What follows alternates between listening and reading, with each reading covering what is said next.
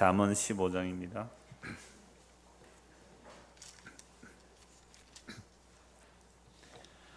잠언 15장 1절에서 7절까지 잠언 15장 1절에서 7절까지 함께 봉독하겠습니다. 유순한 대답은 분노를 시게 하여도 과격한 말은 노를 격동하느니라. 지혜 있는 자의 혀는 지식을 선히 베풀고 미련한 자의 입은 미련한 것을 쏟느니라. 여호와의 눈은 어디서든지 악인과 선인을 감찰하시느니라. 온순한 혀는 곧 생명나무이지만 패역한 혀는 마음을 상하게 하느니라. 아비의 훈계를 업신여기는 자는 미련한 자요 경계를 받는 자는 설기를 얻는 자니라. 의인의 집에는 많은 보물이 있어도 악인의 소득은 고통이 되느니라. 지혜로운 자의 입술은 지식을 전파하여도 미련한 자의 마음은 정함이 없느니라. 아멘. 오늘도 말에 대한 내용이 상당히 많이 나오는 본문입니다. 1절에 보시면 유순한 대답, 과격한 말, 둘 다 뭐죠? 말이죠, 말. 유순한 대답은 말이 아니고 말. 유순한 대답, 과격한 말. 그 다음에 2절에는요 지혜 있는 자의 혀, 미련한 자의 입, 이것도 다 뭐죠? 말이죠. 말. 4절에 온순한 혀, 생명나무고 패역한 혀, 말이잖아요. 온순한 혀는 생명나무고 패역한 마음을 상하게 하고, 아비의 훈계도 뭐예요? 말이잖아요. 그 다음에 7절에도 지혜로운 자의 입술, 말이죠. 미련한 자의 마음은 정함이 없다. 그러니까 전부 사실은 또 말이죠. 하나님의 말씀이 말로 전달되잖아요. 믿음은 들음에서 난달돼. 들음은 그리스도의 말씀이고 그리스도의 말씀이 말로 전달되는 거잖아요. 그런데 이 말이 어떤 말은 살리는 말이 있고 어떤 말은 죽이는 말이 있는 것이죠. 그런 것처럼 오늘 4절 중심으로 보겠는데요. 온순한 혀는 곧 생명나무다. 온순한 혀, 이게 그 다른 용례를 살펴보면 치료하는 혀예요. 치료하는 혀는 생명의 말이다. 이걸 중심으로 보겠는데 우선 1절부터 보겠습니다. 유순한 대답은 분노를 시기 하여도 과격한 말은 노를 격동하느니라. 우리가 이걸 그냥 읽으면 어떤 마음이 들어요? 사람이 말을 어떻게 해야 됩니까? 부드럽게 말을 해야죠. 과격하게 말하면 안 되잖아요. 좋은 말이라도 어떻게 해야 돼요? 부드럽게 말해야 되지. 좋은 말에도 과격하게 하면 안 된다. 이런 말을 하죠. 또 우리 속담에 어떤 말이 있죠? 천냥빚도 말 한마디에 갚을 수 있다. 천냥빚도 말 한마디에 갚을 수 있다. 말을 잘하는 게 굉장히 중요하긴 해요. 사실 사람 사는 인간관계도 다 말의 관계 아닙니까? 말 한마디 잘못하고 또는 오해하거나 잘못 알아들으면 어떻게 되죠? 평생 원수가 되기도 하잖아요. 부부 사이도 사실은 말 때문에 다툼이 많이 일어나거든요. 이런 말씀을 보면서 유순한 대답은 뭐예요? 분노를 시게 하고 과격한 말은 노를 격동하니까 우리가 부드럽게 말합시다. 그래서 부부가 싸움을 안 하려면 되도록 어떻게 하면 좋아요? 말 안 해야 돼요. 말 안 하면 또 싸움이 일어나요. 말을 하는데 존칭어를 쓰는 거. 지금 냉방이 됩니까? 송풍이 돼 있는 거예요. 한 1도 정도 좀 낮춰주시면 좋을 것 같아요. 그 풍량은 낮춰도 온도만 조금 낮춰놓으면 될 겁니다. 지금 뒤에 오신 분이 더워서 막 그러니까 제가 이렇게 친절하게 부드럽게 말을 하는데 어떤 사람은 제보고 아주 뭐 가격한 말을 한다고 그래서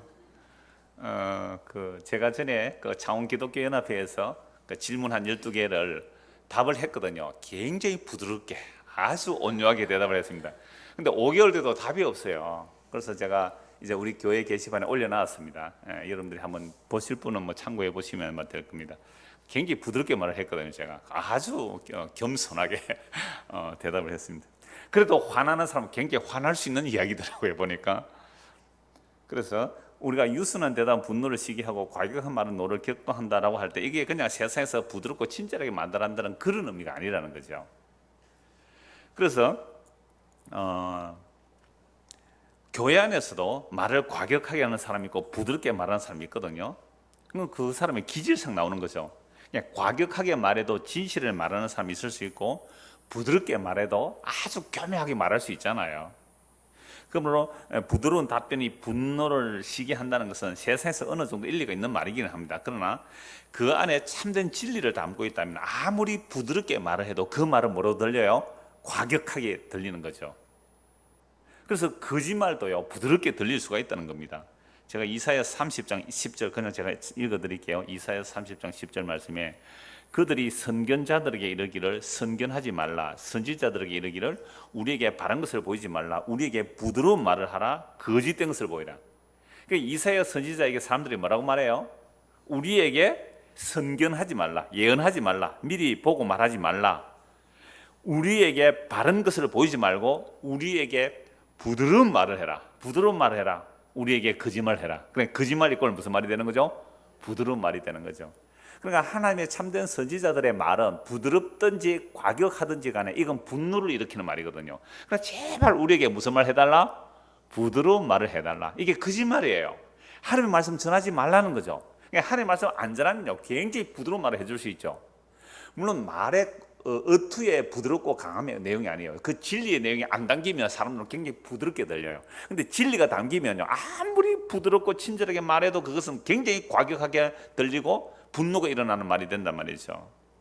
그러니까 예레미야 선지자를 보면 예레미야 선지자가 말을 할 때마다 하나님의 재앙과 하나님의 심판을 말씀하니까 사람들은 전부 다 예레미야의 말을 듣고 분노가 일어나요. 근데 거짓 선지자는 어떻게 전해요? 늘 평화예요. 늘 축복이에요. 우리가 이렇게 하나님을 잘 섬기니 복을 받을 겁니다. 이렇게 제사를 잘 드리니 복을 받을 겁니다. 전부 이런 말을 하는 거죠. 그런데 예레미야는 입만 열면 하나님의 심판을 얘기하니까 사람들은요 예레미야의 말이 정말 분노를 유발하는 말이 되는 거죠. 그래서 구약의 이 선지자들이라는 것은 다 그리스도의 영이 임해서 그렇게 말했죠. 그래서 예수님께서 실제 이 땅에 오셔서 하신 예수님의 말씀은 이런 부드러운 말씀이었어요? 과격한 말씀이었어요? 예수님은 굉장히 부드러운 말씀하셨어요. 나는 온유하고 겸손하니 그랬잖아요. 예수님 얼마나 온유하고 겸손하게 말씀하셨어요. 근데 예수님의 말씀은 100% 진리거든요. 사람들의 말은 섞일 수 있지만 예수님 말씀은 100% 진리입니다. 그러니까 100% 진리가 담긴 그 말씀을 예수님이 전했을 때에 사람들은요 얼마나 격분하게 되는지 몰라요. 그러니까 단순히 우리가 15장 1절에 유순한 대답은 분노를 시기하고 과격한 말은 노를 격동한다 할 때에 이걸 껍데기로만 보면 안 된단 말이죠. 물론 세상에서는 부드럽게 말하면 천냥빚도 어떤 데 갚을 수 있을 거예요. 과격한 말은 분노가 더 일어나는 겁니다. 그래서 부부 사이에 좀 싸움 덜 싸우려면 어떻게 하면 돼요? 서로 존경을 쓰세요. 서로 존경을 쓰시고 서로 부드럽게 하면 조금 덜 할 수는 있어요. 그런데 열받치면 그것도 안 됩니다. 그러니까 이건 다 적용이 안 되는, 그래 껍데기로 보지 말고 정말로 하나님의 부드러운 말이 뭘까? 그래서 부드러운 말은 우리의 분노가 씌어지고 과격한 말은 막 노가 격동되는데 예수님께서 이 땅에 오셔서 하신 그 말씀은 예수님이 하신 말씀은 100% 진리이기 때문에 그 진리를 감당을 못해요 사람들이. 더구나 누가 감당을 못하느냐 하면 평소에 율법의 의로 흠이 없다고 율법을 지켜서 자기의 의로 삼았던 사람들이 견디지를 못하는 거죠. 그래서 결국 예수님을 고발할 때 어떻게 고발하고 죽이느냐 하면 성전을 허는 자다, 율법을 어기는 자다, 하나님을 모독하는 자로 몰아서 십자가에 처형시켜 버리는 거죠. 이렇게 예수님의 말씀에 격분하여 예수님을 배척한 자들은 다 예수님의 말씀이 자기들을 분노케 한 거예요. 그러니까 부드럽게 말씀을 하시든지 분노해서 말씀하시든지 간에 격분이 일어나는 말씀이 바로 예수님의 말씀이고 진리의 말씀이었어요. 그러니까 이런 진리의 말씀을 아까 이사야 선지가 전하니까 사람들이 뭐라 그래요? 우리에게 하나님 말씀 전하지 말고 거짓말 좀 해다오. 거짓말이 무슨 말로 들려요? 부드럽고 신약효로 말하면 내기의 캔디. 뭐랄까요? 내기의 달콤한 말. 내기의 캔디 그거예요. 내기의 달콤한 말 그거 좀 해달라 이 말입니다. 그래서 사람들이 말세에 사람들의 귀가 가려져서 자기에게 좋은 말 해주는 사람을 찾는단 말이에요. 거짓 선지자를 찾아요. 근데 거짓 선지자들은 과격하게 이렇게 해야 복을 받습니다. 밤을 질러도 그게 거짓말일 때는 나에게 어떻게 들려요? 아주 달콤하게 들리는 거죠. 그게 선악과와 인과일로 전해지는 겁니다. 선악체계와 인과일로 전해지는 말들은 나에게 달콤하게 들린다는 거예요. 왜? 나에게 가능성이 있거든요. 요거 악은 물리치고 선은 진작시켜서 복을 받아야지. 원인을 이렇게 투입한 결과가 이렇게 오는 거야. 저 사람 성공한 이유가 있네. 저렇게 하면 복을 받구나. 간증자들이 다 그런 거 아니에요. 내가 전에 고생을 했는데 이렇게 했더니 이런 복을 받았습니다. 이렇게 11조를 하고 이렇게 주일 성수를 했더니 이렇게 복을 받 그런 간증을 하잖아요. 그건 희망이 있잖아요. 나도 그러면 11조하고 주일 성수하면 저렇게 복을 받겠구나. 이게 인과율이에요. 이게 선악책에 따먹은 사람들에게 그건 너무나 달콤하게 들리는 말이란 말이에요. 부드러운 말로 들려요. 근데 여러분 거짓해도 복 못 받습니다.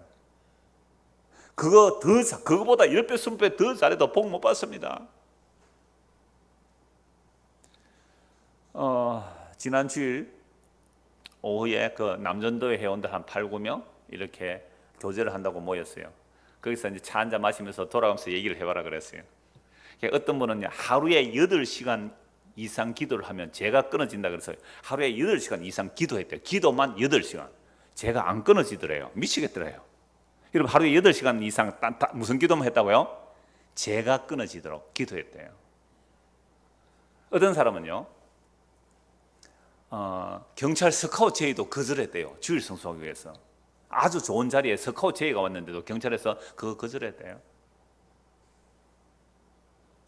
그러니까 이런 사람들이 그렇게 달려가다가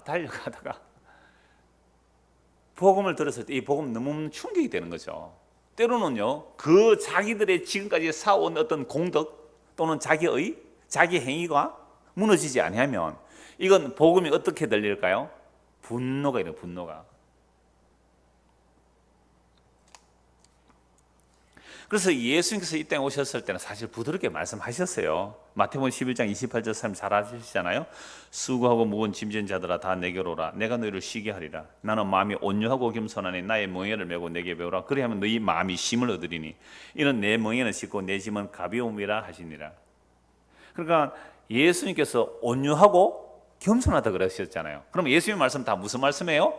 온유한 말씀이고 오늘 말씀에 의하면 온순한 혀고 유순한 대답이에요. 예수님의 모든 말씀은 유순하고 온유한 말씀이에요. 그러면 이 예수님의 말씀 수고하고 무거운 짐진 자 다 내게로 오라 했을 때 이 수고하고 무거운 짐이라는 것은 이 당시에 율법의 짐이었어요. 율법으로 흠이 없다고 한 자들도 사실은 수고하고 무거운 율법의 짐을 다 지고 살아요. 그뿐 아니라 율법을 지키지도 못한 세리와 죄인과 창기들은 더더욱 더 큰 힘, 이중적인 짐을 지고 살죠. 그들에게 수고하고 무거운 짐진 자들아 내게로 오라. 내가 너희를 쉬게 하리라. 굉장히 부드러운 음성으로 들리는 거죠. 어떤 사람에게만 주여 나는 율법의 멍에를 질 수가 없습니다. 주여 나는 죄인입니다. 이런 사람들에게는 수고하고 무거운 짐을 자기가 해결할 수 없다고 인정하는 사람들에게는 예수님의 말씀이 뭐로 들려요? 부드러운 음성으로 들려요. 그러니까 제가 앞에 한 두 사람 예를 들었잖아요. 우리 교인들의 예예요. 그분들의 이야기를 들어봤을 때에 그들이 그 수고하고 무거운 짐을 자기의 의로 여기고 있을 때는 예수님 이 복음이 어떻게 들릴까요? 배척하는 이단의 말로 들리는 거죠. 이단의 말로. 자기가 해결할 수 있는데, 자기가 지킬 수 있는데, 그래서 자기가 자신의 죄를 해결할 수 없는 자들에게만 수고하고 무거운 짐진 자들아 다 내게로 내가 너희를 쉬게 하리라. 이 말씀이 진짜 복음으로 들리는 거죠. 근데 자기가 할 수 있다는 사람은요 이게 복음으로 안 들리는 겁니다. 오늘 찬송가 528장 1절 우리를 오라고 부르는 소리 그 음성 부드러워 문 앞에 나와 사면을 보며 우리를 기다리네. 오라 오라 방황치 말고 오라. 죄 있는 자들아 이리로 오라. 주 예수 앞에 오라. 여러분 이런 가사가 주님의 음성으로 부드럽게 들리는 사람이라면 어떤 사람이겠습니까? 자신의 죄를 자기가 해결할 수 없는 사람에게 이건 복음으로 들리는 거예요. 근데 자기는 평소에 죄 해결할 수 있다는 사람, 그죠? 내가 교회 가서 시키는 거 다 했다는 거죠. 누가 봐도 열심히 있는 사람, 그런 사람에게 이 찬송은요 복음으로 안 들려요. 오라 오라 의인들은 오라 이럴 때 그게 자기에게 더 좋은 소리가 들리지 오라 오라 죄인 오라 이게 자기는 좋은 소리가 안 들린다니까요. 여러분 그 찬송가 가사 중에 이런 가사가 있어요. 내가 연약할수록 더욱 기이 여기사. 그 찬송 가사 아세요? 그래서 이걸 어떤 사람이 가사를 바꿨어요. 내가 연약하여도 주께서 나를 기이하게 여긴다. 아니에요. 내가 연약하여도가 아니라 내가 연약할수록이에요. 우리가 연약할수록 주께서 우리를 더 기이 여기시는 거죠. 그러면 날마다 나는 뭐 약해져야 되나? 내가 아무것도 안 해야 되나? 이렇게 말하는 사람은 아직도 이 사람은 죄인이 아니에요. 죄인이 아니니까 주님의 이 말씀이 안 들리는 거예요. 오라 오라 죄 있는 자들은 오라. 이 말씀이 부드러운 말씀으로 들리는 사람이라면 정말 열심을 다해 달려가 봐야 돼요. 아까 예를 들은 그런 사람들 열심히 달려가 보았을 때 그러니까 8시간 하니까 해도 죄가 안 끊어지다 그러니까 그 어떤 분이네 9시간 해보지 이랬어요. 9시간 그럼 제가 끊어질 건데 9시간 하면 제가 끊어줄까요? 그러니까 더 하다가 정말 안 될 때, 정말 포기했을 때, 이때 오라 오라 이 말씀이 텐들리, 부드러운 말씀, 친절한 말씀으로 들리는 거죠.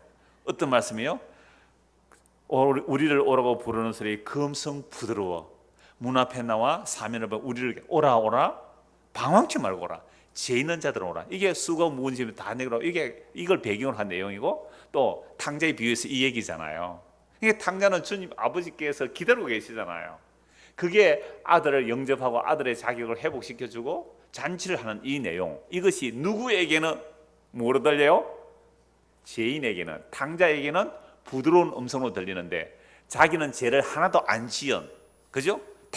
탕자 노릇을, 탕자 짓을 안 한, 주일 성수집을 다 하고 아버지 말씀 다 순종했다는 그 큰아들에게는 이 이야기가 무슨 소리로 들려요? 분노가 일어나서 집에도 안 들어옵니다. 아직까지 집에 안 들어가고 있어요, 얘가. 그래서 정말로 주님의 말씀이 우리에게 부드럽게 들린다는 것은, 진리의 그 복음이 우리에게 들리면, 부드럽게 들리면 그 사람에게는요 정말 안식이고 쉼이 있는 거죠. 근데 주의 그 복음의 말씀이 정말 100% 전적인 은혜의 이 말씀이 우리에게 분노로 들리면 아직도 그 사람에 뭐가 들어있는 거예요? 자기 의가 있는 거예요. 이건 모든 인간관계도 마찬가지예요. 교회 생활도 마찬가지예요. 자기 의가 있으면 분노가 일어나요. 교회에서 무슨 일을 하다가 분노가 일어난다면 그건 자기 의가 있는 거예요. 부부관계도 마찬가지예요. 인간관계 다 마찬가지예요. 자기 의가 있으니까 그냥 분노가 일어나는 거잖아요. 그래서 유순한 대답 또는 유순한 말은 참으로 우리의 분노가 심히 일어나요. 그 예수님의 말씀 앞에 주여 내가 빈손 들고 주께 와 십자가를 붙듭니다, 그 고백이 나오는 자라면 이 말씀들은 전부 우리에게 심히 오는 거죠. 그런데 자기 스스로 어렵다 하는 자들에게는 이 유순한 대답이 오히려 분노를 격발시키는 말이 된단 말이죠. 2절입니다. 지혜 있는 자의 혀는 지식을 선히 베풀고 미르는 자의 입은 미르는 것을 쏟느니라. 1절과 연결되는 거죠. 지혜 있는 자의 혀, 지혜 있는 자의 말은 뭘 베풀고요? 지식을 베푸는데 어떻게 베풀고요? 선히 베풀고. 그러니까 지혜 있는 자, 즉 은혜를 받은 자의 말은 지식을 선하게 베푸는 거죠. 그 지혜를 선하게 베푼다는 것은 은혜로 베푸는 거죠. 인과율의 조건으로 베푸는 게 아니에요. 선하게 베푸는 거예요. 그런데 미련한 자는, 미르는 자의 혀, 미르는 자의 말은 미르는 것을 쏟아내요. 이 미르는 것을 쏟아낸다는 것은 지혜가 없다는 말이거든요. 지혜가 없다는 말은 자기에게 있는 것이 나오는 거예요.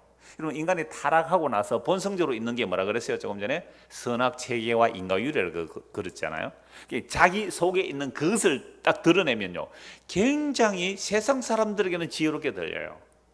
제가 한 번씩 그 얘기를 했잖아요. 어떤 뭐 말 잘하는 그 어떤 목사가 있어요. 코미디 프로도 나오는 그분인데, 이분의 이야기들이 왜 세상 사람들도 끄떡끄떡 고개를 끄떡거리며 뭐 아구인가 그런 데도 나오더라고요. 귀를 기울인가라고 하면 아구이 맞아요? 하여튼 뭐 그런 프로에 나오더라고요. 그 사람의 말이 참 일리가 있잖아요. 예수를 안 믿는 사람들도 고개를 끄떡끄떡거린다고요. 그 말은 인과율이에요.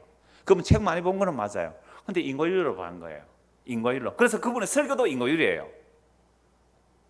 근데 이런 말들이 사실은 미련한 자의 말이에요. 왜? 그 안에 선악 체계와 인과율로 쏟아지는 말이기 때문에 그렇습니다. 그러나 지혜 있는 자의 혀는 지식을 선하게 베푼다는 말은 인과율과 선악 체계가 아닌 하나님의 은혜를 얘기하는 거죠.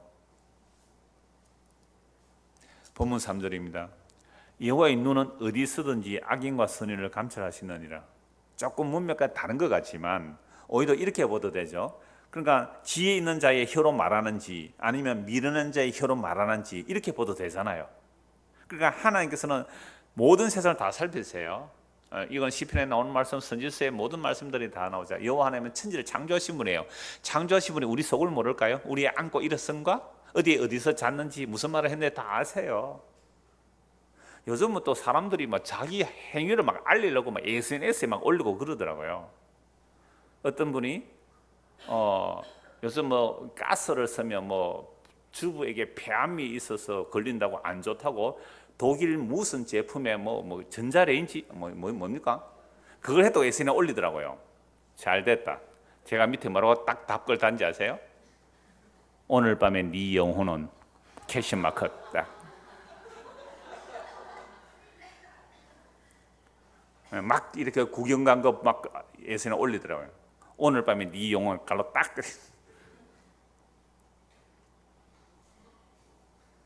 그러니까 여호와의 눈은 같이 쓰든지 악인과 성인을 감찰하세요. 우리 마음에 무슨 생각으로 살아가는지. 내가 하늘 꼭대기에 올라간다 할지라도 거기도 하나님 보좌 앞이고요. 내가 음부에 내려간다 할지라도 거기도 주님 앞이에요. 빛과 흑암이 하나님에게는 일반이에요. 두 개가 아니란 말이죠. 하나님 보실 때는 빛과 흑암이 일반이란 말이죠. 우리가 숨어 피할 수 없는 것이죠. 사실은 이게 신앙이에요. 사람 보는 데서만이 아니라 보지 않는 데서라도 주님 앞에서 살아가는 거. 이게 여호와의 눈은 어디 있었는지 악인과 선인을 다 감찰하세요. 그러니까 설교자도 이 설교를 할 때에 이게 하나님 앞에서 설교를 해야 되는 거예요. 하나님 앞에서 설교 준비를 하는 것도 마찬가지고. 집사람하고 차 타고 오면서 야 벌써 8월 말이 다 지나간다. 8월 지나면 9월달 9월달부터면 벌써 올해 3분의 2가 지나가네 라고 얘기를 했거든요. 집사람이 참 세월이 빨리 지나가는 것다 이렇게 얘기를 해요. 그래서 저는 나는 세월이 참 빨리 안 지나가는 것다 이렇게 말했거든요. 왜 제가 그 말을 했냐면 적어도 우리가 예수님을 믿는다는 것은 예수님께서 십자가로 다 이뤘다는 그 완성 안에 들어가는 거거든요. 그럼 십자가의 완성 안에 들어가 있으니까 내가 더 이상 이루어야 할 목표와 야망이 없는 거예요. 내가 이루어야 할 목표와 야망이 있다면 벌써 8월달이 지났네. 원래 이루지 못한 거 큰일 났다 이거. 전도를 한 명 더 해야 되는데 더 못했단 말이죠. 원래 이것저것을 해야 되는데 못했다는 그 불안감 때문에 시간이 너무 촉박한 거예요. 왜 이렇게 시간이 벌써 8월달 지나갔지? 이런 거는 없는데 시간만 지나갔거나 세월만 지나갔거나 이럴 거 아니에요. 근데 제 안에 그게 없는 거예요. 그래서 시간이 좀 지루해요 사실. 이렇다고 뭐 제가 살아가는 일에 뭐 별일 있는 거 아니에요. 그게 무슨 얘기냐면 물론 이런 부분에는 시간이 빨리 지난 것 같아요. 좀 더 내가 말씀을 봐야 되고 좀 더 주님과의 깊은 관계 속에 들어가야 되고 그 사랑의 깊이와 길이와 높이 그 경험하는 일에 있어서는 참 시간이 아깝고 또는 시간이 모자라고 시간이 바쁜 것 같아요. 그러나 이조차도 예수 그리스도의 그 십자가의 완성 안에 들어있다면 주께서 이루실 일이잖아요. 그럼 그거 믿고 있으면 내가 이룰 게 없으니까 편안한 거죠. 간판이 탈색이 돼가지고 막 이렇게 낡아지니까 어떤 사람이 자기가 하겠다고 예쁘게 갈아놨죠. 그러고 나서 또 2층에서는 더 색을 갖다 붙여놨어요. 오늘 또 우리는 껍데기만 바꿔 2층에서는 막 위에 넓은 게 바로 밑에 온누리 이렇게 딱 갖다 붙였어요. 올라가 불 켜놨더라고. 우리 형광등 불도 안 들어오는데 그 사람 불 들어오는 거 양쪽 팍 켜놨어요. 화가 나겠어요 안 나겠어요? 날 이유가 뭐 있어요 그게? 그게 왜 화가 나요? 장사 잘 하세요 와서. 그게 뭐 화날 일이 뭐가 있어요 그게. 이러니까 어떤 사람이 저보고 영혼이 맑대요. 근데 우리 집사람 내가 이러니까 사람들이 영혼이 맑다 그러더라. 그러니까 그건 철이 없는 거예요. 그래 철이 없습니다 그랬는데. 자 그러니까 주님의 눈은요 사실은 다 살피시잖아요. 뭐 설교를 할 때나 뭐 밤에 뭐 한잔 할 때나 무슨 다 살피고 계시거든요. 그래서 4절은 나중 끝에서 보겠습니다. 오늘 결론이 4절이니까 5절부터 먼저 보겠습니다. 아비의 훈계를 업신여기는 자는 미련한 자요 경계를 받는 자는 슬기로운. 이것도 결국 말씀이잖아요. 이스라엘의 아버지는 뭐하는 아버지예요? 하나님의 말씀을 가르치는 아버지예요. 너는 앉았을 때인지 길을 갈 때든지 누웠을 때인지 밥 먹을 때든지 언제 어디서든지 뭘 해라고요? 하나님 아버지의 말씀을 전해. 그게 아비예요. 아비. 이게 아비란 말이에요. 그러니까 우리가 말씀을 자녀들에게 전할 때 그때 아버지 역할을 하는 거지. 아이들로 하면 뭐 세상에 잘 먹고 잘 살게 하는 그것은요 모든 사람이 다 하는 거예요. 그 육전 아비가 다 하는 일이죠. 적어도 우리가 아비라면 자녀들에게 말씀을 전하는 거죠. 그래서 구약에서는요 아버지의 말을 안 들었으면 어떻게 하라 그랬어요? 자식을 돌로 쳐 죽이라 그랬어요. 누구 말을 안 들으니까? 아버지 말하는 하나님의 말을 안 들은 거예요. 이게 우리 뭐 공자 맹자하는 유교의 효도 이야기 아니에요. 효는 모든 도덕의 근본이라 하거든요. 유교 사상이. 그런 개념이 아니에요. 하나님의 말씀을 전하지 않는다면 주의 말씀과 훈계로 양육하는 것이 아버지의 역할이에요. 신약에서도 마찬가지고요. 이게 아비란 말이죠. 아비의 훈계, 아비의 말, 즉 하나님의 말씀을 업신여기는 자는 미련한 자예요. 그런데 아버지의 경계, 아버지의 책망, 즉 하나님의 말씀의 경계를 받는 자는 뭐예요? 슬기로운 아들이에요. 그러니까 오늘 우리가 하나님의 아버지의 슬기로운 자라는 것은 하나님의 말씀, 그 훈계와 책망을 받는 자들이에요. 그런데 이 훈계를 안 받는 자는 뭐예요? 자기 귀에 좋은 소리만 들으려고 하는 자들. 이게 부드러운 말 듣기를 원하는 거죠. 부드러운 말. 부드러운 말 잘해주는 건 많아요. 부드러운 말, 좋은 말 많이 해주는 거 많아요. 마음 수련하는데 가면 그런 말 해요. 마음 수련하는데 간판 많이 붙여 있잖아요. 마음 수련. 좋은 말하고 좋은 생각하고. 6절입니다. 의인의 집에는 많은 보물이 있어도 악인의 소득은 고통이 되느니라. 자, 의인의 집에는 많은 보물이 있다는 거. 와, 우리가 의롭게 살면 우리 집에 뭐가 많이 있을 거라고요? 많은 보물이 생길 거다. 뭐 이렇게 생각할 수 있잖아요. 악인의 소득, 악인의 그 많은 보물들은 뭐가 된다고요? 고통이다. 이렇게 볼 수 있죠. 그럼 우리가 의롭게 살아서 부자가 되자. 이렇게 볼 수 있는 소지가 있어요. 16장 8절 한번 보세요. 16장 8절, 잠언 16장 8절. 적은 소득이 공의를 겸하면 많은 소득이 불의를 겸한 것보다 나으니라.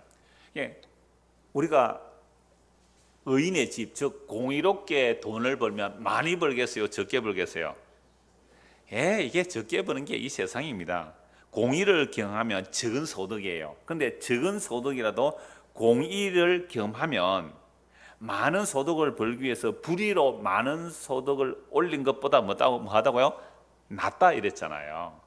그러니까 공의롭게 적게 버는 사람, 그건 그 사람에게 공의가 있기 때문에 보물이 되겠지만, 불의하게 재산을 많이 모았다면 그 불의한 재산 자체가 그 사람에게 뭐가 되는 거예요? 고통이 되는 겁니다. 야고보서 5장을 한번 찾아보시죠. 신약 성경 야고보서 5장입니다.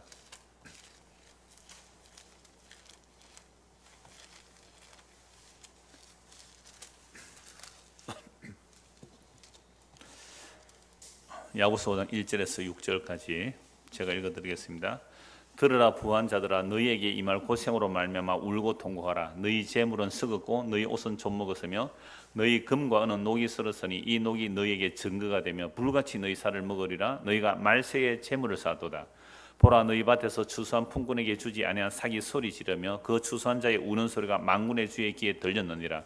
너희가 땅에서 사치하고 방종하여 살육의 날에 너희 마음을 살찌게 하였도다. 너희는 의인을 정죄하고 죽였으나 그는 너희에게 대항하지 아니하였느니라. 이 말씀을 보니까 방금 우리가 15장 6절에 의인의 집에는 많은 보물이 있을지라도 악인의 소득은 뭐가 된다고요? 고통이 된다. 자, 그래서 부한자들아 했을 때 이것은요, 겉으로만 보면 재산의 많음을 얘기할 수 있어요. 물론 그렇게도 볼 수 있어요. 이 말세에 재물을 많이 사두면 사치하고 방종하고 이 심판의 날에 마음을 살찌게 한다는 것이 심판이죠. 그래서 3절에 2절에 너희 재물은 썩었고 너희 옷은 조물 먹었고 너희 금과는 녹이 슬었으니 이 녹이 너희에게 증거가 되고 불같이 너희 살을 먹으리라. 너희가 말세에 재물을 사도다. 뭐 겉으로 보았을 때 하나님의 말씀을 의지하지 않고 재물을 쌓는 자들에 대한 경고의 말씀을 충분히 볼 수 있어요. 그러나 이 재물 쌓는 것만을 말하는 건 아니에요. 여러분, 야고보서는요, 예수님을 믿다가 흩어진 핍박받는 자들에게 복음을 전한 내용이거든요. 그럼 야고보서에서 행함이 없는 믿음은 죽은 믿음이라고 할 때, 그 행함이 있는 믿음이 뭔가라고 할 때에 온전한 복음을 붙드는 것을 행함이 있는 믿음이라 그래요. 그러니까 이런 믿음을 가지지 않고 또 다른 율법적인 의로 자기의 행위를 챙기는 것, 이걸 부자라 그래요. 자기의 행위의 가치를 챙기는, 이게 부자라 그래요.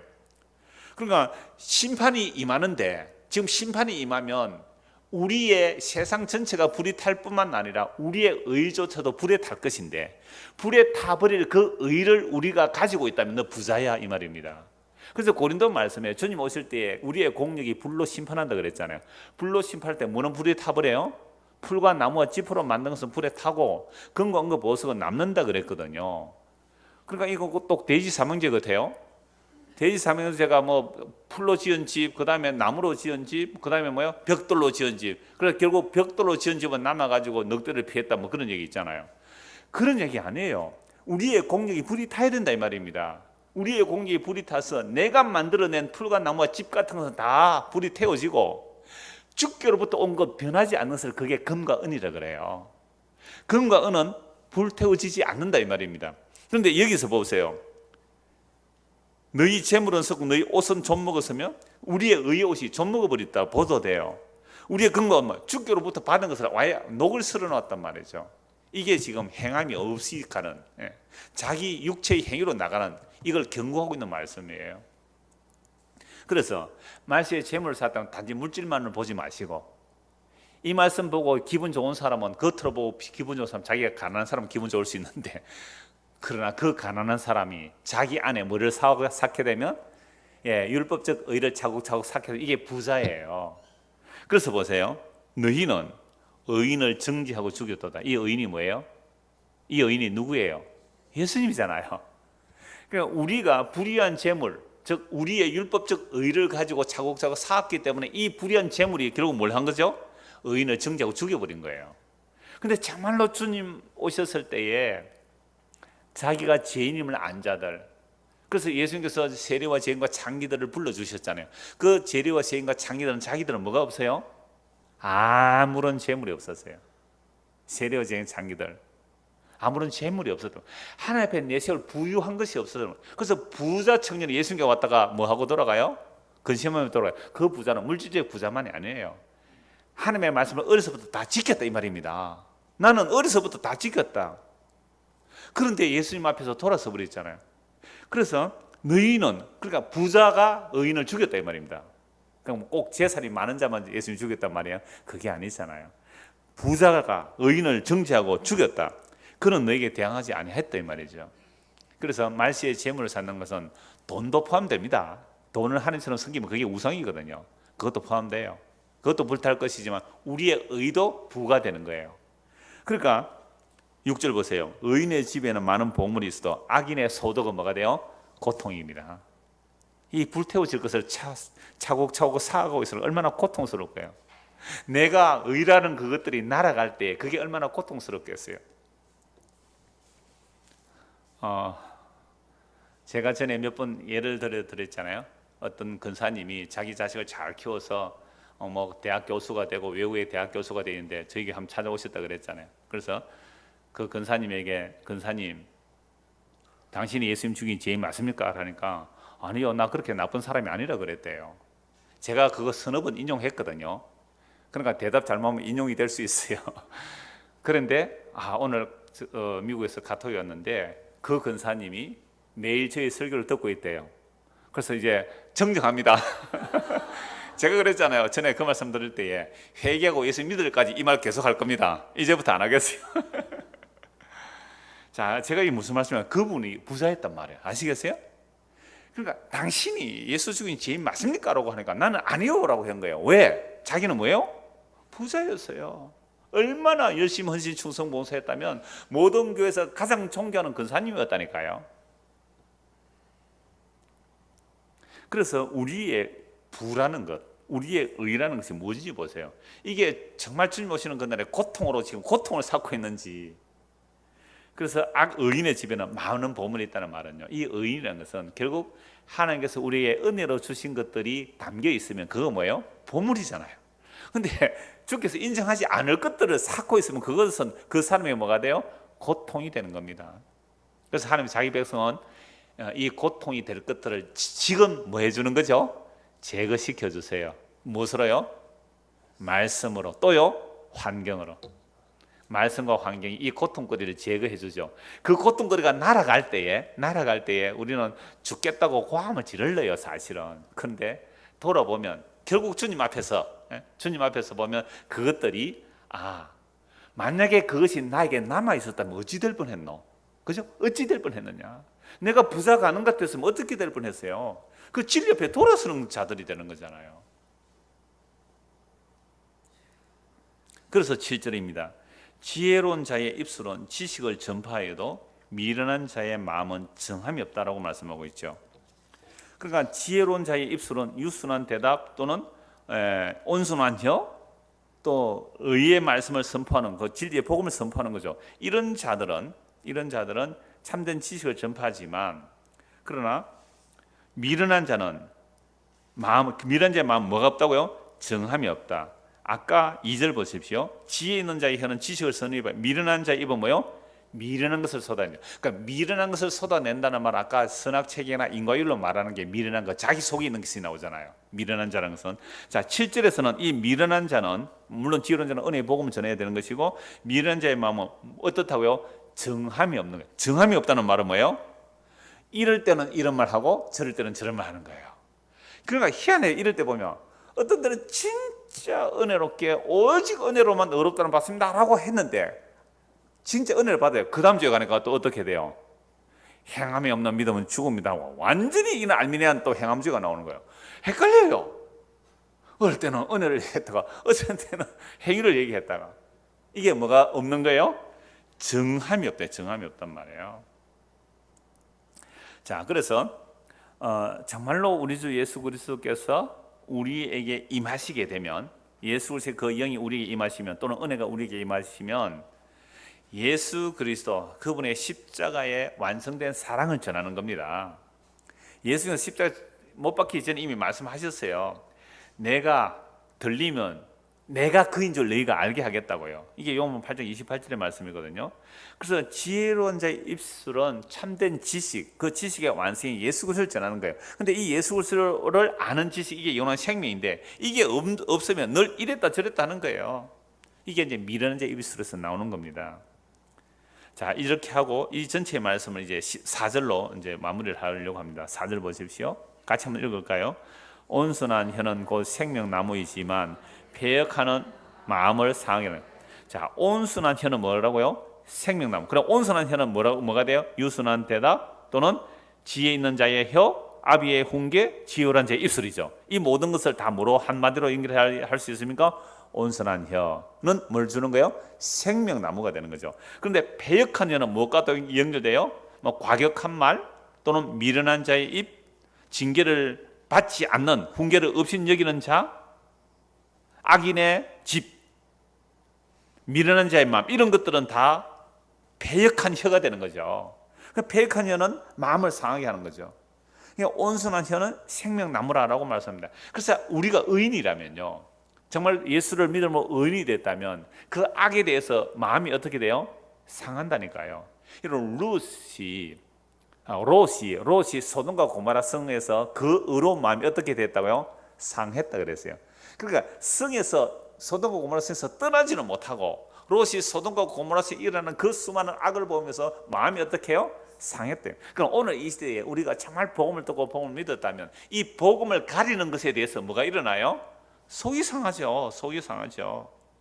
그래서 4절에 온순한 혀, 즉 온전한 복음의 말씀은 생명나무, 생명을 얻게 하는 것이지만 복음이 아니면 그게 패역한 말이란 말이죠. 그 패역한 말은 우리 마음을 상하게 하는 것이죠. 그래서 우리가 복음을 들었을 때에 정말로 생명의 그 풍부함, 풍성함으로 나아가게 되는 것이고, 비복음적인 것이 우리에게 들어오면 속이 상해요. 속이 상하게 됐단 말이에요. 그래서 이 온순한 혀라는 단어가요, 용례, 구약에서 히브리 말로 사용된 용례를 살펴보면 치료한다는 말이 많아요.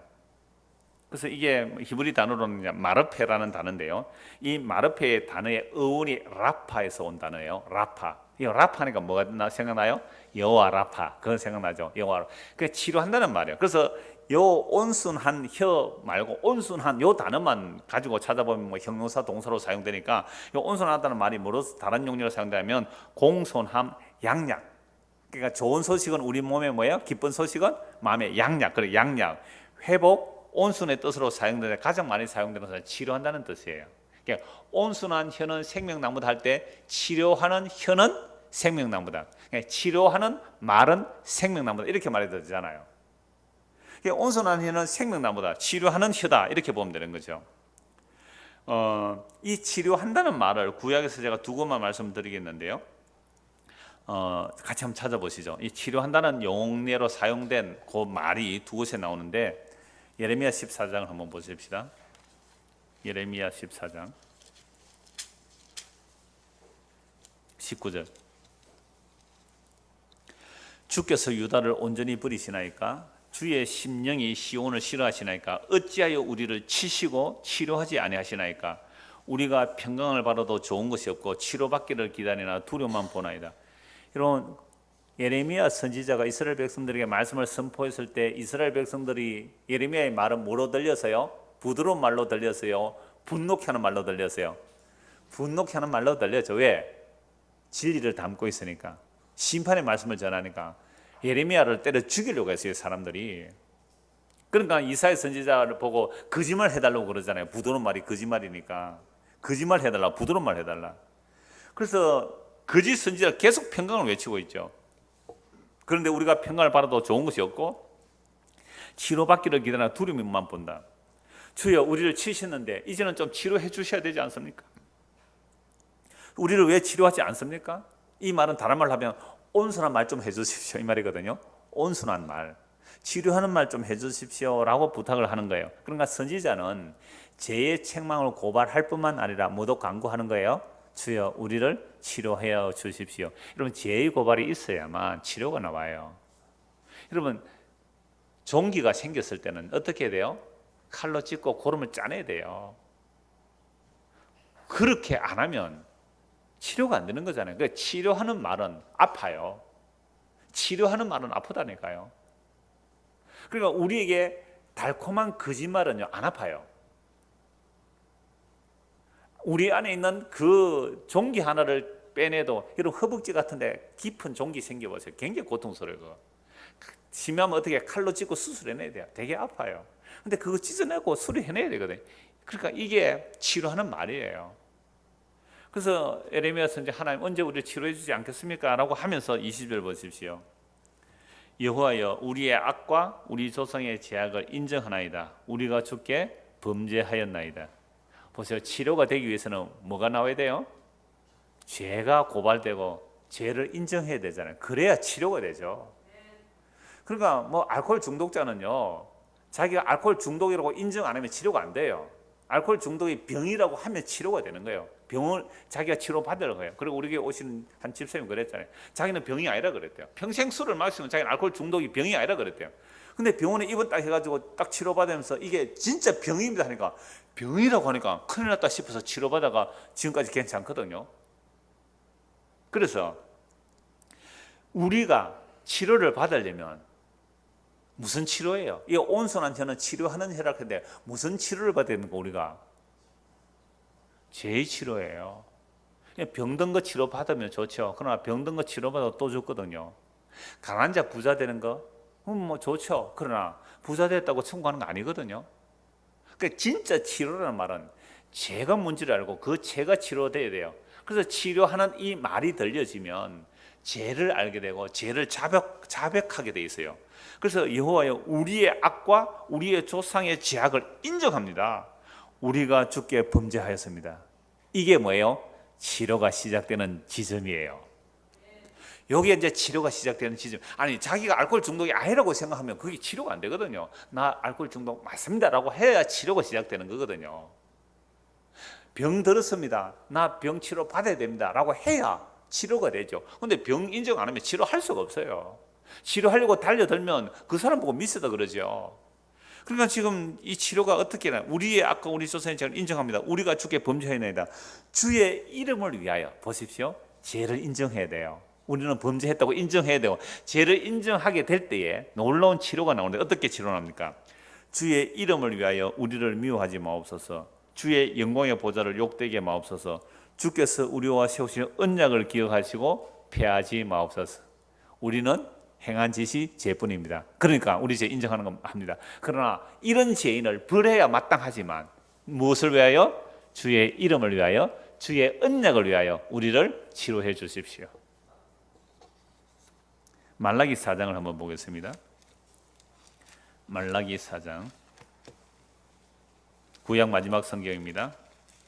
구약 마지막 성경 마지막 장 4장 1절을 보십시오. 만군의 여호와가 이르노라, 보라, 용광로 불같은 날이 이르리니 교만한 자와 악을 행하는 자는 다 지푸라기 같을 것이라. 여러분, 야고보 4장에 말세에 재물을 쌓았다. 그 재물이 어떻게 된다고요? 불태워진다. 그 불태워진다는 재물이 재물만이 아니라 그랬죠. 우리의 모든 의들도 불태워지는 거죠. 그래서 교만한 자와 악을 행하는 자는 다 지푸라기가 될 것이라. 그 이르는 날에 그들을 살라 그 뿌리와 가지를 남기지 아니할 것이로다. 그러니까 우리가 구원받는다는 것은요, 이 역사 속에서 지금 뭐 하는 거예요? 불태워지는 거죠. 말씀에 의해서 불태워지는 거예요. 말씀의 검에 의해서 잘려지는 거죠. 그게 고통스럽지만 그게 치료받는 과정이거든요. 이게 온순한 혀가 하는 일이에요. 이게 온순한 혀, 치료하는 혀가 하는 일이에요. 이 말씀이 불 같고 방망이 같아요. 그래서 우리를 지금 치고 불태워서 없애버려야 되는 거죠. 이게 온순한 혀, 치료하는 혀가 지금 이루어지고 있는 겁니다. 근데 지금 이게 치료가 안 되고 차곡차곡 불태워지고 살아나면 어떻게 돼요? 주님 마지막 날 오시면 그날에 심판받으면 그때는 안 돼요. 치료가 안 된단 말이에요. 그때는 심판이에요. 그래서 지금 치료를 받는 거예요. 지금 온순한 혀가 치료하는 혀라 그랬잖아요. 그 말씀으로 지금 치료를 받아야 되죠. 그래서 그날에 완전히 심판을 받는데요, 내 이름을 경외하는 너희에게는 공의로운 해가 떠올라서 치료하는 광선을 비추리니. 이것도 치료는 같은 단에 온순한 혀, 온순하다는 말과 같아요. 온순한 광선, 온순한 혀라고 할 수 있고, 치료하는 광선, 치료하는 말씀을 비춘다. 그런데 이 광선이 뭐예요? 밑에 각주에 날개 되어 있죠. 그러니까 치료하는 빛이 우리에게 비춰지는 거죠. 그럼 치료하는 말이 우리에게 오는 거죠. 치료하는 빛이 우리에게 비춰지면 나는 뭐로 드러나 버려요? 어둠으로 드러나는 거죠. 내가 어둠으로 드러나는 그것이 뭐가 되는 거죠? 지금 치료를 받고 있는 거예요. 그런데 이 광선을 또 뭐라고 말해요? 날개로 말하잖아요. 그럼 치료하는 날개가 왔다. 치료하는 날개. 여러분, 짐승들은 상처 입을 때 어떻게 해요? 혀로 핥더라고요. 그죠?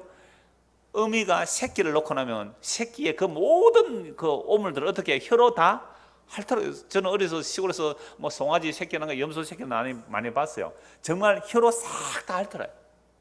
혀로 다 핥더란 말이에요. 그러니까 지금 치료하는 혀 또는 치료하는 광성, 치료하는 날개로 주님 오시는 거예요. 이 말라기 선지자 예언이 그거예요. 그래서 예수님께서 예루살렘 오셔서 뭐라고 말씀하세요? 예루살렘아, 예루살렘아, 어미닭이 새끼를 모으려고 하듯이 선지자를 그렇게 보냈지만 너희가 원하지 않았도다. 너희가 평화에 관한 소식을 알았더라면. 예수님 우세요. 왜? 그 치료하는 날개 아래 안 들어오거든요. 그 주님의 날개 아래 치료하는 날개 안 들어와요. 주님의 그 그룹 속에 안 들어와요. 그 언약궤 뚜껑 위에 그룹의 날개가 있어요. 그 속죄소 안으로 안 들어오는 거죠. 자기들의 의를 가지고 있는 것이요. 그러니까 치료를 받지 못해요. 전혀 치료를 받지 못하면서 자기들은 깨끗하다, 의롭다 하고 있는 그들이에요. 그래서 치료하는 날개로 안 들어와요, 그들이. 근데 누구는 들어와요? 주께서 택하신 자들이에요. 구약의 남은 자들은 예수를 만나봐요.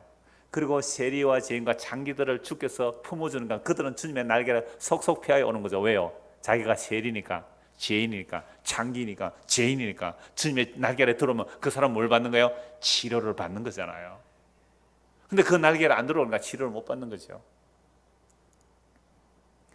그래서 그 치료를 받으면요, 송아지가 외양간에서 펄쩍펄쩍 외양간에서 나온 송아지 뛰는 거, 정말 이건 시골에서 자라본 사람만이 설명되는 거예요. 정말 송아지가 네 발로 펄쩍펄쩍 뛰는 데네요. 정말 그런 식의 기쁨이 오는 거죠, 그 치료가. 그래서 또 너희가 악인을 밟을 것이니 그들이 내가 정한 날에 너희 발바닥 밑에 재와 같으라. 만군의 여호와의 말이니라. 너희는 내가 호렙에서 온 이스라엘 위하여 내 종 모세에게 명령한 법 곧 율례와 법들을 기억하라. 자, 모세의 법을 기억하라는 말은 법 지키라는 말이 아니에요. 모세의 율례라는 것은 우리가 죄가 무엇인지를 드러내는 게 역할이거든요. 모세의 죄를 통해 뭘 알아라? 여호와의 크고 두려운 날을 알아라 이 말이죠. 보라, 여호와의 크고 두려운 날이 이르기 전에 내가 선지자 엘리야를 너에게 보내리니 그가 아버지의 마음을 자녀에게로 돌이키게 하고 자녀들의 마음을 그들의 아버지에게로 돌이키게 하리라. 돌이키지 않으면 두렵건대 내가 와서 저주로 그 땅을 칠까 하노라 하시니라. 이게 구약성경 마지막이에요. 그럼 구약 마지막이 뭐라고요? 아버지 마음을 자녀에게로, 자녀의 마음을 아버지에게로 돌이키라. 돌이키지 않으면 어떻게 된다고요? 저주로 진노로 심판한다. 그럼 돌이키는 게 뭐예요? 이 돌이키도록 엘리야를 보낸다. 그런데 이 엘리야가 누구예요? 우리가 세례요한이죠. 마태복음 11장, 마태복음 17장에 엘리야가 왔는데 너희가 임으로 행했다. 그럼 엘리야가 와서 마음을 어떻게 돌이켜요? 회개하라, 천국에 가까이 왔다. 도끼가 나무 뿌리에 놓였다. 내 뒤에 오시는 분은 지금 타작하러 오셨다. 회개하지 않으면 내가 타작불에 들어간대. 알고 모아 곳간에 죽지는 모아 꺼지지는 불에 던질 것이다. 이거 부드러운 말이에요? 과격한 말이에요?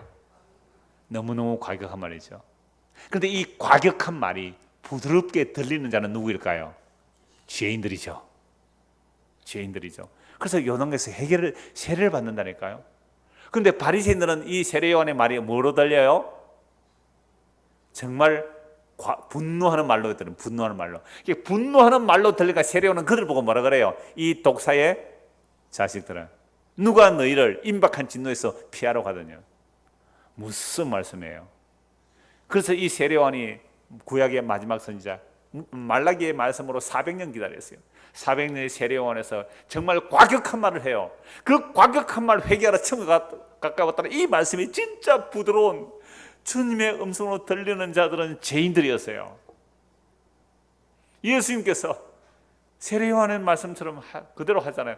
회개하라 천국이 가까웠다. 그래서 세례 요한은 보라 세상 죄를 지고 가는 하나님의 어린 양이로다. 그런데 예수님께서 세상 죄를 지고 가는 하나님의 어린 양으로 보이는 사람들은 어떤 사람이에요?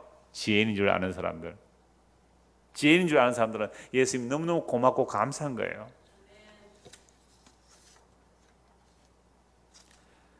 그래서 한 곳 더 말씀을 보십시다. 야고보서 3장입니다. 야고보서 3장. 우리의 말이 어떤가?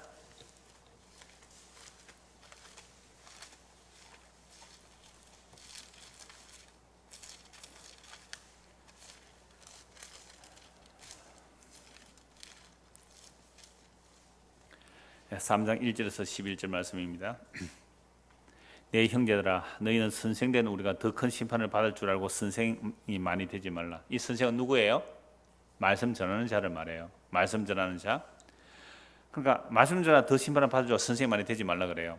우리가 다 실수가 많으니 만일 말에 실수가 없는 자라면 곧 온전한 사람이라 능히 온몸도 굴레시우리라.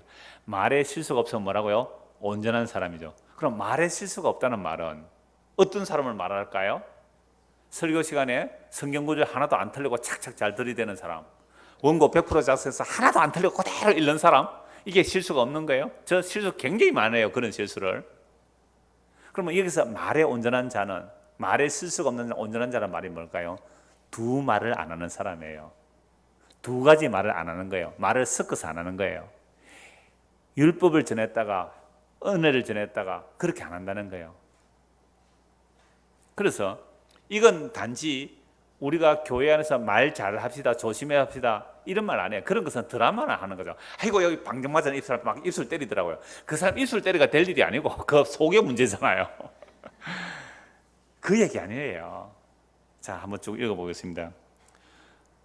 우리가 말들의 입에 재갈 물리는 것은 우리에게 순종하게 하려고 그 온 몸을 제어하는 것이라. 또 배를 보라. 그렇게 크고 광풍에 밀려가는 것들을 지극히 작은 키로서 사공의 뜻대로 운행하는 이와 같이 혀도 작은 지체로 돼 큰 것을 자랑하도다. 보라, 얼마나 작은 불이 얼마나 많은 나무를 태우는가. 혀는 곧 불이요 불의의 세계라. 혀는 우리 지체 중에서 온 몸을 더럽히고 삶의 수레바퀴를 불사르나니 그 사라는 것이 지옥 불에서 나느니라. 여러 종류의 짐승과 새와 벌레와 바다의 생물은 다 사람이 길들일 수 있고 길들여 왔거니와 혀는 능히 길들일 사람이 없나니 쉬지 아니하는 악이요 죽이는 독이 가득한 것이라. 우리의 일반적인 혀, 그러니까 태어날 때 본성으로 가지고 있는 혀는 어떤 혀예요? 쉬지 않는 악이고 죽이는 독이고 지옥 불이라 그래요. 왜요? 두 말을 하거든요. 우리는 두 말을 해요. 여러분, 뱀의 혀가 어떻다고 그래요? 두 개로 갈라지잖아요. 선악 앞에서 요거 따먹는 하나님처럼 되리라. 그 아담의 이후에, 타락한 이후에 인간은 전부 두 말을 해요.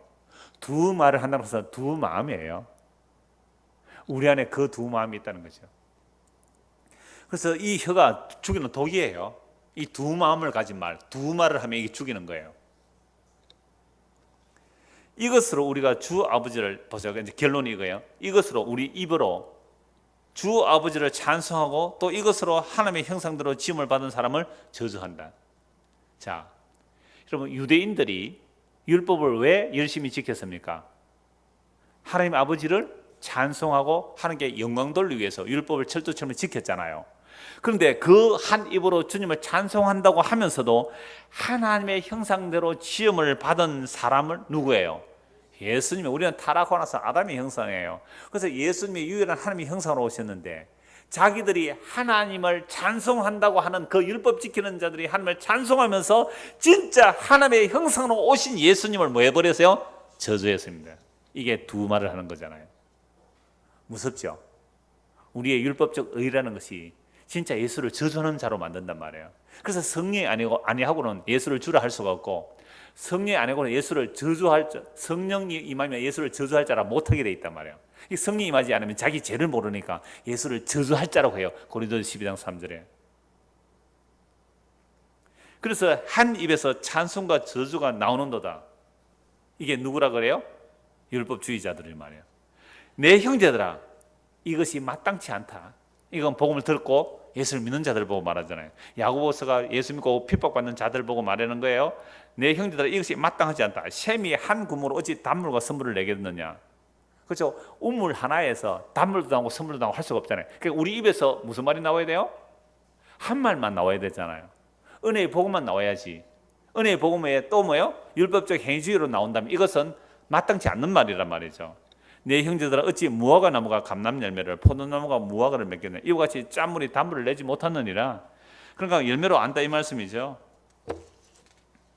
자, 그래서 한 것만 말씀 보고 말씀 마무리하겠습니다. 고린도후서 2장을 한번 보십시오. 고린도후서 2장, 두 곳을 봐야 되겠네요. 고린도후서 2장 14절.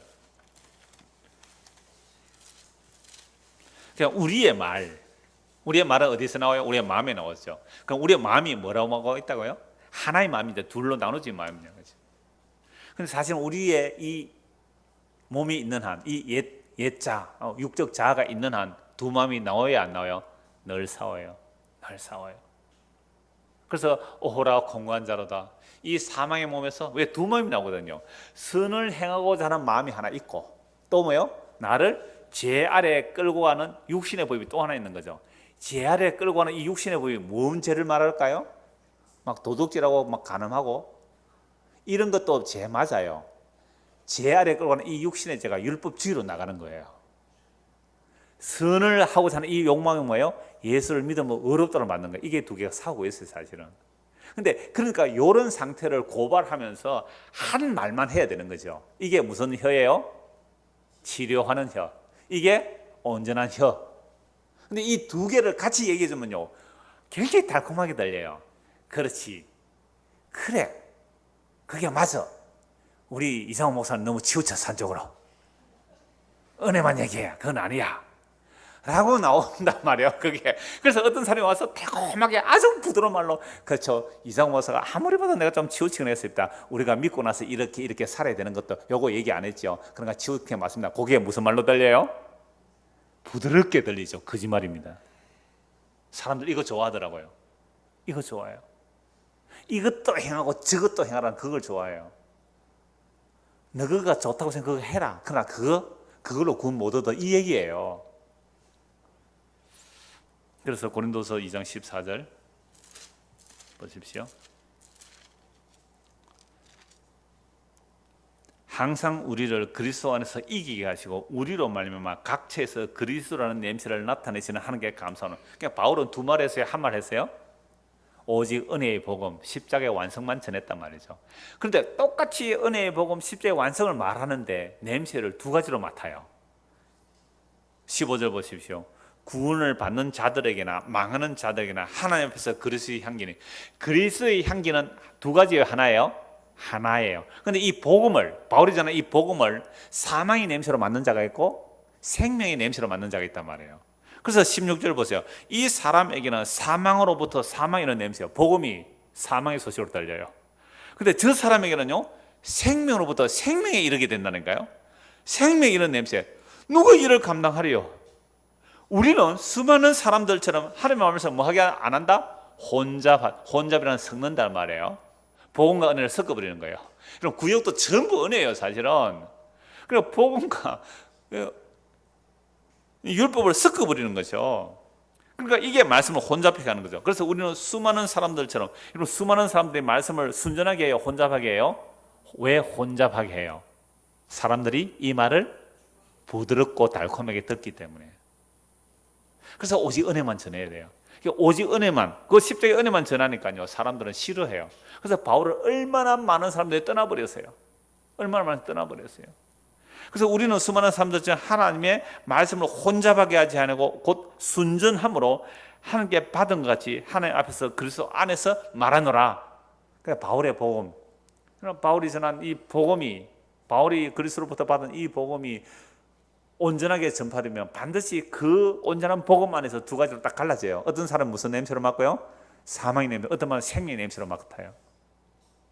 그래서 로마서 1장 16, 17 이렇습니다. 내가 복음을 부끄러워하지 아니하노니 이 복음은 모든 믿는 자에게 구원을 주신 하나님의 능력이 됩니다. 먼저는 유대인에게요, 그리고 헬라인에게다. 복음에는 하나님의 의가 나타나서 믿음으로 믿음에 이르게 하나니 기록된 바 오직 의인은 믿음으로 말미암아 살리라 함과 같으니라. 이 복음이 무슨 말이에요? 온전한 혀, 치료하는 혀.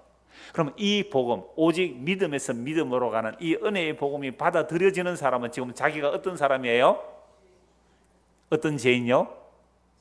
전적인 죄인이죠. 가면 갈수록 정말 전전 죄로 드러나는 자들에게 이 복음은 정말 치료하는 온전한 말씀이 되는 겁니다. 이 은혜가 저와 여러분에게 임하기를 소원합니다. 기도하겠습니다.